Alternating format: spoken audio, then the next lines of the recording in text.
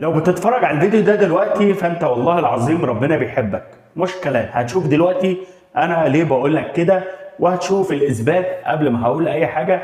هتشوف الاثبات بعينك دلوقتي. زي ما انت شايف في فيديو ظهر قدامك طريقه سحب من الموقع. انا ليه جبت لك السحب على طول؟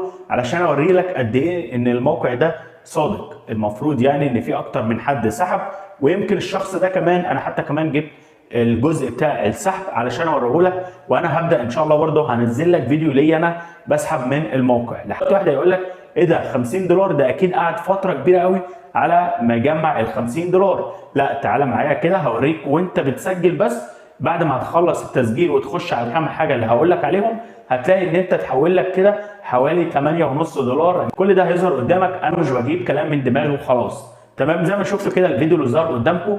بعد كده ان هو بدا يدخل على طرق السحب، وبدا ان هو يحول فلوسه على الطريقه اللي هو اختارها. في اكتر من طريقه سحب. تمام، دلوقتي زي ما انت شايف يا صاحبي في فيديو تاني هيظهر قدامك طريقه التسجيل. طريقه التسجيل كل اللي عليك انا هسيب لك الرابط في الكومنتات، وهسيب لك الرابط في الوصف. يفضل ان انت تدخل على طول على الرابط. بعد ما تدخل على الرابط هيظهر معاك حاجه اسمها ساين اب او التسجيل. فهتبدا ان انت تعمل ساين اب، وبعد كده تبدا اول حاجه تعملها تكتب الاسم بتاعك، وبعد كده الايميل، وبعد كده الباسورد. تمام، التسجيل سهل جدا. وهتبدا تعلم على المربعين اللي هو اي اجري، وبعد كده هتلاقي فيه مربع اللي هو انا لست برنامج مش عارف ايه. فهتبدا ان انت تتعلم قصاده، وهتبدا تعمل ساين اب. بكده انت سجلت. يفضل وانت بتسجل هيظهر معاك بيقول لك هل تريد حفظ كلمه المرور؟ اعملها علشان كل مره ممكن ان هو يطلب منك تسجيل الدخول. فبعد ما هتبدا تسجل وتدخل على الموقع هيظهر معاك كالاتي: اغاني.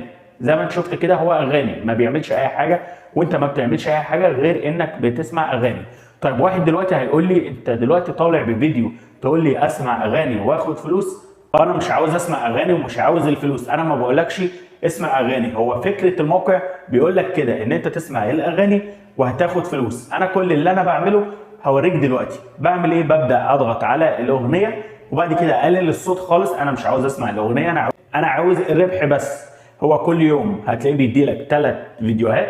كل فيديو فوق كده هتلاقي فيه 66 سنت، 50 سنت، ممكن دولار، انت وحظك. لو بصيت فوق كده هتلاقي في حاجه اسمها سيرفي. انا يمكن دخلت عليها قدامك، وبدا يظهر لك 4 اختيارات. اختار اي حاجه. تمام، كل يوم تقريبا هيجي لك نفس السيرفي، وهتبدا ان انت تختار على اي مربع منهم، وهيبدا يتحول لك كل يوم على السيرفي ده بس حوالي $1.90.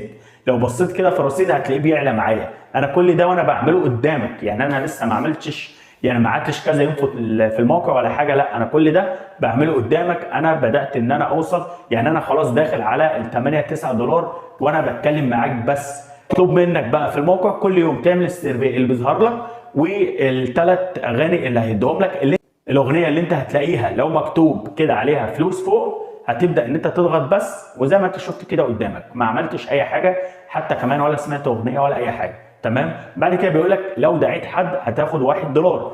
بس بيقول لك في شرط هنا ان الشخص اللي انت هتدعيه لازم يوصل $10. مجرد ما يوصل $10 انت تلقائي هيتحولك $1 بتاعه. تمام.